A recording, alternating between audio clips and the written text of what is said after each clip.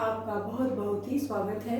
आज का टॉपिक है मेम्ब्रेन ट्रांसपोर्ट। मेम्ब्रेन ट्रांसपोर्ट की बात करते हैं तो ट्रांसपोर्ट तो आप जानते ही हैं क्या होता है। कोई भी चीज़ जब एक जगह से दूसरी जगह जाती है या दूसरी जगह से पहली जगह आती है, यानी यहाँ इधर उधर वो जो आती जाती है उसको क्या बोलते हैं, ट्रांसपोर्ट। जनरली हम लोग जैसे कहीं हमको जाना होता है तो हम क्या करते हैं, हम किसी भी माध्यम से, चाहे बाइक से, चाहे 4 व्हीलर से, 2 व्हीलर से, 3 व्हीलर से, किसी भी तरीके से हम उसको एक जगह से दूसरी जगह अपने गंतव्य स्थल को पहुँचते हैं। ठीक है, अपने मेन जो हमको जहाँ जाना होता है तो उसको बोलते हैं ट्रांसपोर्ट।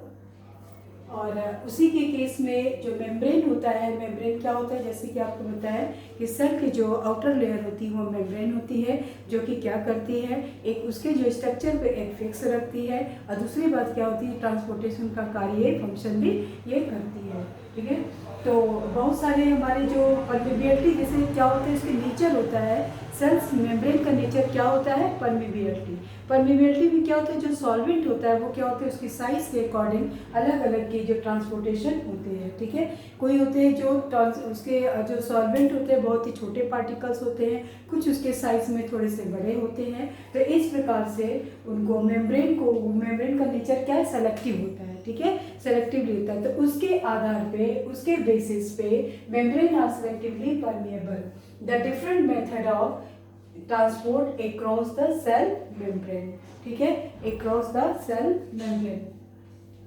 अब देखिए, आइए देखते हैं कितने प्रकार के ट्रांसपोर्ट होते हैं, सेल के कितने प्रकार के ट्रांसपोर्ट होते हैं। यहाँ पे क्या है, ये पैसिव ट्रांसपोर्ट। पैसिव ट्रांसपोर्ट, दूसरा क्या है, एक्टिव ट्रांसपोर्ट, तीसरा क्या है, बल्क ट्रांसपोर्ट। जो पैसिव ट्रांसपोर्ट होता है उसमें कितने प्रकार के होते हैं, देखिए डिफ्यूजन, कितने प्रकार के डिफ्यूजन है, पहले तो सिंपल डिफ्यूजन है। ठीक है, क्या है, पहला क्या है, सिंपल डिफ्यूजन, दूसरा क्या है, फैसिलिटेटेड डिफ्यूजन, और तीसरा क्या है, ऑस्मोसिस। ठीक है, ऑस्मोसिस है, पहला क्या है, सिंपल डिफ्यूजन, फैसिलिटेटेड डिफ्यूजन, और तीसरा क्या है, ऑस्मोसिस है।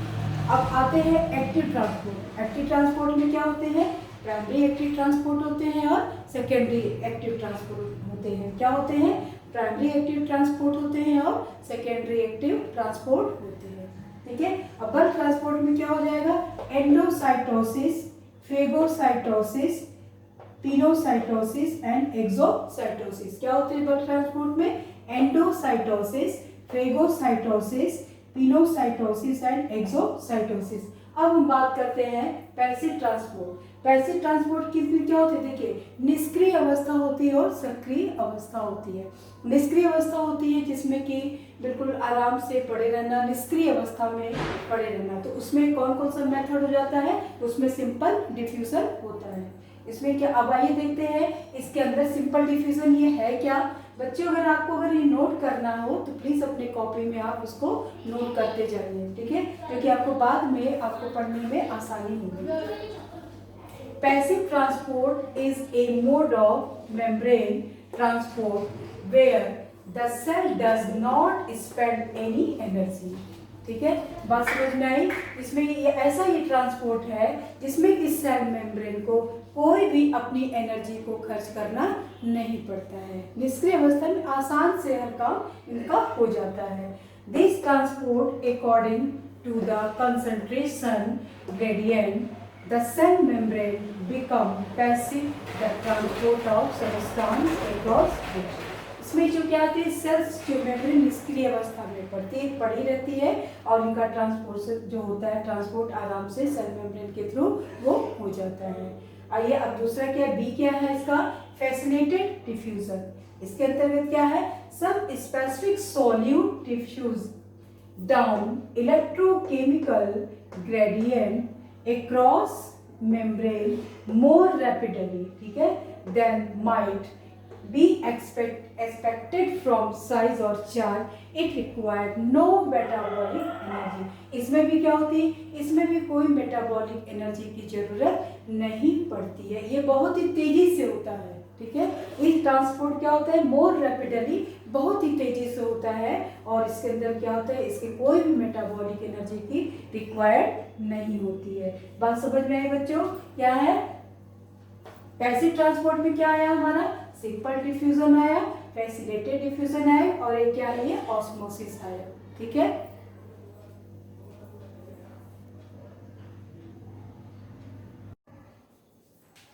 अब आइए बच्चों बात करते हैं ऑस्मोसिस।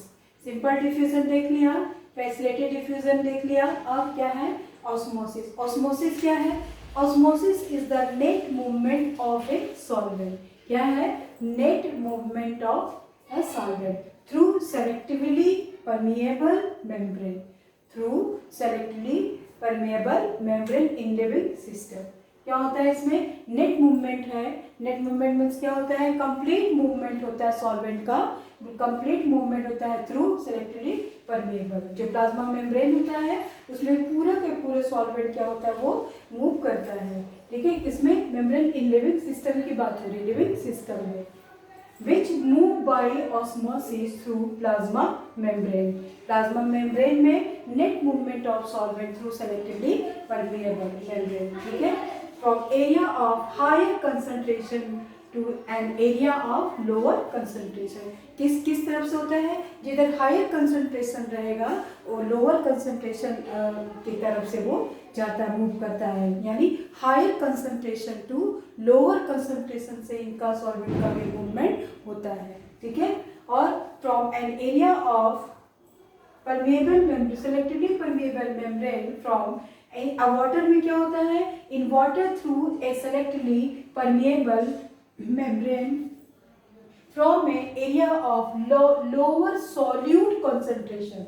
यहाँ पे क्या हो जाएगा, lower solute concentration to an area of higher concentration, solute concentration. आइए फिर से देखते हैं बच्चों।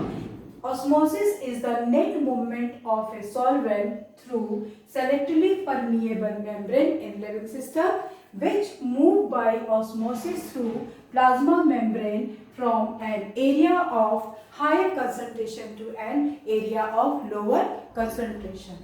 In water की बात है, in water through a selectively permeable membrane from an area of lower solute concentration to an area of higher solute concentration. ठीक है, अब आइए है एक्टिव ट्रांसपोर्ट। एक्टिव ट्रांसपोर्ट में कितने टाइप में है, मूवमेंट है इनके, सिंपल डिफ्यूजन द्वारा और फैसिलिटेटेड डिफ्यूजन द्वारा और एक ऑस्मोसिस डिफ्यूजन, ऑस्मोसिस के द्वारा होता है। और दूसरा क्या है, ये एक्टिव ट्रांसपोर्ट होता है। एक्टिव ट्रांसपोर्ट मीन्स क्या होता है, इसमें क्या होता है, जैसे हम लोग ने इसमें देखा कोई भी एनर्जी की रिक्वायर्ड, पैसिव मूवमेंट में, पैसिव ट्रांसपोर्ट में कोई भी एनर्जी की आवश्यकता नहीं पड़ती है। ठीक है, अब आते हैं एक्टिव ट्रांसपोर्ट पर।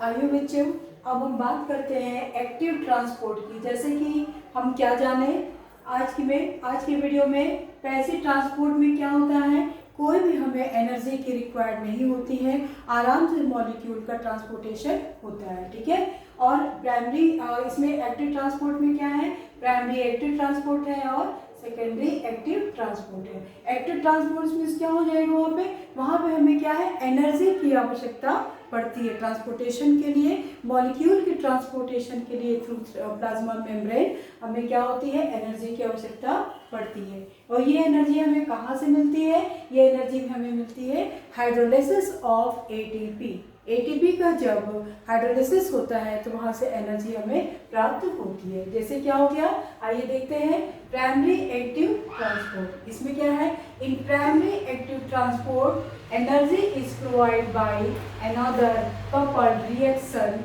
सच एज हाइड्रोलिसिस ऑफ एटीपी। ठीक है, अब देखते हैं नेक्स्ट पॉइंट में क्या है, each molecule of ATP used 3 sodium ion are pumped out and 2 potassium ion 1 pumped in। बात समझ में आई, इसमें क्या लिखा हुआ है, each molecule of ATP use, प्रत्येक मॉलिक्यूल में क्या हो जा रहा है, ATP का यूज हो रहा है। 3 sodium ion are pumped, 3 sodium ion का पंप होता है और उसके बाद 2 पोटेशियम आयन का पंप होता है। ठीक है, इन वन पंप में एक बार पंपिंग में 3 सोडियम आयन और 2 पोटेशियम आयन की पंपिंग होती है। ठीक है। नेक्स्ट पॉइंट में क्या है, a specific protein work as a carrier molecule. तब उसमें क्या होता है, स्पेसिफिक प्रोटीन जो होता है किस तरह से कार्य करता है, ये कैरियर मॉलिक्यूल की तरह से ये कार्य करता है। अब आइए देखते हैं दूसरा क्या है, सेकेंडरी एक्टिव ट्रांसपोर्ट। इसमें क्या है, a secondary active transport take place with the help of ion gradient from the coupled transport of a second molecule. ठीक है, क्या इसमें क्या बात आ रही है, सेकेंड मॉलिक्यूल जो ग्रेडियंट होता है, ये gradient from the coupled transport of a second molecule, इसलिए इसका यहाँ पे क्या नाम है, सेकेंडरी एक्टिव ट्रांसपोर्ट है। और the sodium gradient established by the sodium potassium pump provide a source of energy. तो इसमें क्या होता है कि सोडियम और पोटेशियम पंप जब होता है तो वहाँ पे एनर्जी इसको मिलती है ट्रांसपोर्टेशन के लिए। ठीक है, ओके। अब नेक्स्ट क्या है, बल्क ट्रांसपोर्ट। बल्क ट्रांसपोर्ट में क्या क्या आता है, endocytosis, phagocytosis, pinocytosis, exocytosis. Endocytosis में क्या है, एंडोसाइटोसिस में जब मॉलिक्यूल्स प्लाज्मा मेम्ब्रेन के थ्रू सेल्स के जब अंदर आती है, जब सेल के अंदर जब आती है तो उसे क्या बोलते हैं, एंडोसाइटोसिस होता है। ठीक है, और इसके ये बच्चों आप लोग नोट कर लीजिए। अब एंडोसाइटोसिस के विषय में थोड़ा सा 2-3 पॉइंट में जानेंगे क्या होता है एंडोसाइटोसिस। ओके,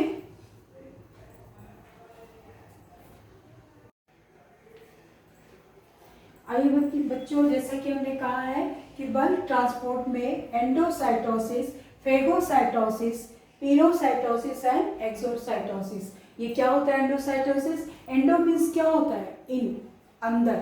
ठीक है, साइटोसिस जो सेल के थ्रू अंदर जो प्लाज्मा मेम्ब्रेन जो सेल होती है उसकी प्लाज्मा मेम्ब्रेन होती है, उसमें जो सॉल्यूट पार्टिकल्स होती है थ्रू मेम्ब्रेन के थ्रू क्या होती है, वो अंदर वो आती है सब्सटेंस, तो उसको क्या बोलते हैं, वो एंडोसाइटोसिस कहते हैं। ठीक है, ये मेनली किस में होता है, मेनली ये किस में होता है, in vesicle of the plasma membrane. ये एंडोसाइटोसिस कहाँ आती है, कहाँ होती है में, ये होती है वेस्किल में, प्लाज्मा मेम्ब्रेन के वेस्किल में होती है। ठीक है, इसको बोलते हैं एंडोसाइटोसिस। यानी जो कोशिकाएं जो फूल जाती हैं, कैसे फूलती है, जब उनके अंदर कुछ सॉल्वेंट वगैरह आएगा, कुछ भी मटेरियल आएगा तो वो परमेबल के थ्रू आएगा, प्लाज्मा मेम्ब्रेन के थ्रू आएगा, तो उसको क्या होगा, वो ऑटोमेटिक वो जो कोशिकाएं होती हैं वो सेल्फ ही वो फूल जाती है, तो उससे क्या हो जाएगा, एंडोसाइटोसिस। इसके थ्रू क्या होता है कि जो हमारे जो यूनिसेलुलर जो ऑर्गेनिज्म होते हैं, जब वो फूड इंटेक करते हैं, कुछ भी वो फूड को अंदर लेते हैं या कोई मटेरियल उनके अंदर किससे आता है, वो एक सेल मेम्ब्रेन होता है, यूनिसेल होता है, एक सेलर होता है, तो उसके थ्रू उनके बॉडी में वो प्रवेश कर जाता है। अब इसके बाद क्या है, फेगोसाइटोसिस, इसमें क्या होता है, इसमें देखो फेगोसाइटोसिस देखिए वो क्या है, इसके ग्रीक वर्ड में फेजियन, टू ईट। ठीक है, अब काइटोस मीन्स क्या हो जाएगा, cell. Is a process whereby certain cell unicellular organism are capable of ingesting and digesting solid material। जैसे मान लेते हैं हम कि जो यूनिसेलुलर ऑर्गेनिज्म होता है उनके में जो डाइजेस्टिव होता है, वो डाइजेस्ट कैसे करते हैं, वो डाइजेस्ट कोई भी सॉलिड मटेरियल को, वो सॉलिड कोई भी एक माइक्रो ऑर्गेनिज्म होता है वो फूड के रूप में उसको इंटेक करते हैं, जो कि वो क्या होता है फिर उसको क्या करते हैं, फिर उसको डाइजेस्ट करते हैं।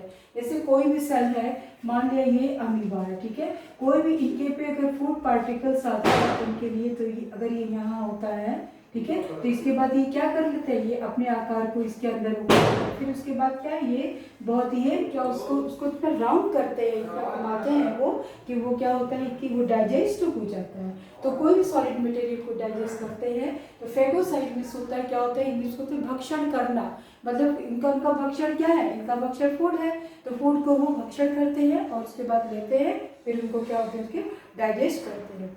अब बात आती है किसकी, पिनोसाइटोसिस की एंड एक्सोसाइटोसिस की।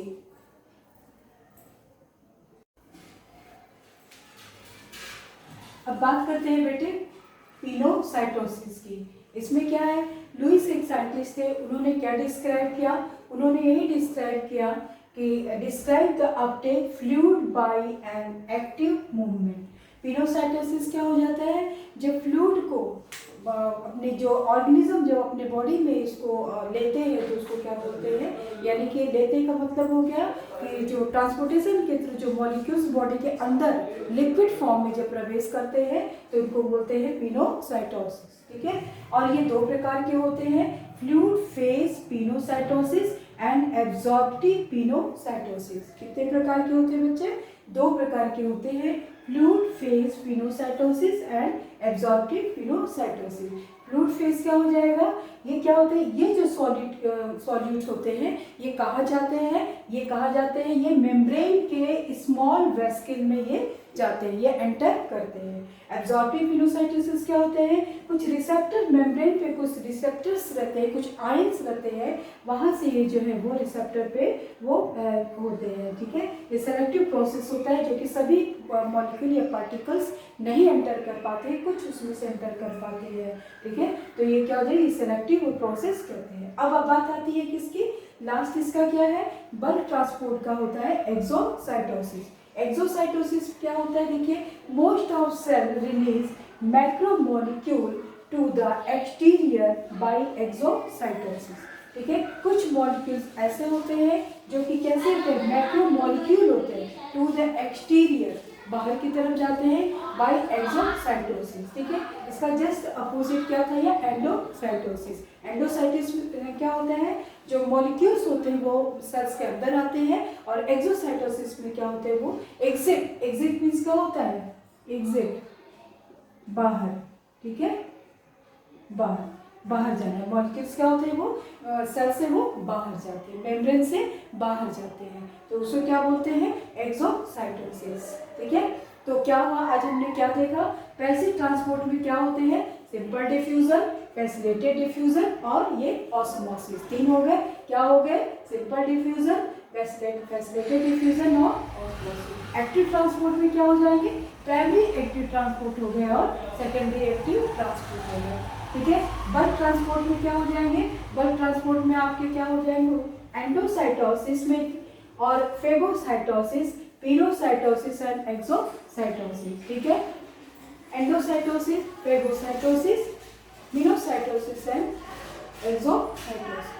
ठीक है बच्चों, आज आप यहीं तक है। जो हमारे चैनल को सब्सक्राइब नहीं किए हैं, ब्राइट कैरियर कोचिंग को सब्सक्राइब करें और यहाँ से अपने सारे नोट्स अपनी कॉपी में जरूर लिखें। वो बैठे, अगर वीडियो देखें तो अपनी कॉपी और पेन लेकर के जरूर बैठे, इससे आपको बेनिफिट ही होगा। ठीक है, आपका इसमें कोई भी नुकसान नहीं है। जब भी आप बीएससी के बच्चे हैं और अगर जो भी आप कंपटीशन के एग्ज़ाम देते हैं तो इनको हमारे वीडियो को जरूर सब्सक्राइब करें, लाइक करें और कमेंट्स करें। आज के लिए बस नहीं, थैंक यू।